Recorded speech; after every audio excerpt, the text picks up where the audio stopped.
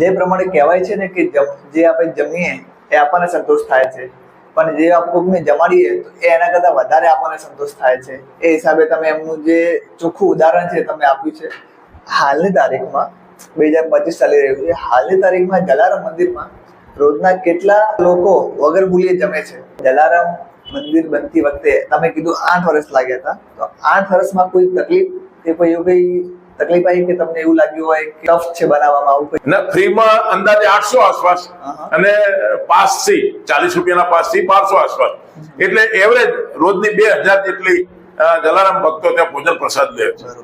પણ કુદરતી તમે જુઓ, અમે એક ડગલું આગળ વધ્યા તો અમારા કરતા જલારામ બાપા 100 ડગલા આગળ વધ્યા, અને બાપાના આશીર્વાદ, બાપાનો સહકાર એટલો બધો મળ્યો કે કોઈ કાર્ય આજ સુધી અટક્યું નથી. પણ આ કામ એક ઝોપડામાં એ કાર્ય અમે ચાલુ કરેલું, પણ ધીરે ધીરે આ કાર્ય આગળ વધતું ગયું. પછી વળે નાનકડું અન્નક્ષેત્ર બન્યું, જમીન મળી એટલે મોટું ભોજનાલય બન્યું, મોટું અન્નક્ષેત્ર બન્યું, પણ અડચણ કોઈ નથી આવી. અડચણ ના આવવા પાછળનું કારણ પૂજ્ય જલારામ બાપા ઉપરની અમારા સૌની અતૂટ અખંડ શ્રદ્ધા અને સૌ જલારામ ભક્તોનો સહકાર. માત્ર 2-5 ટ્રસ્ટીઓનું આ કામ નથી, આખા ડીસા નગર ના જલારામ ભક્તો. આટલા વર્ષોમાં તમે આજ સુધી ક્યારે જલારામ ભગવાનનો કોઈ આભાસ અનુભવ એવું ક્યારે થયું? બહુ સરસ પ્રશ્ન કર્યો હિરેનભાઈ.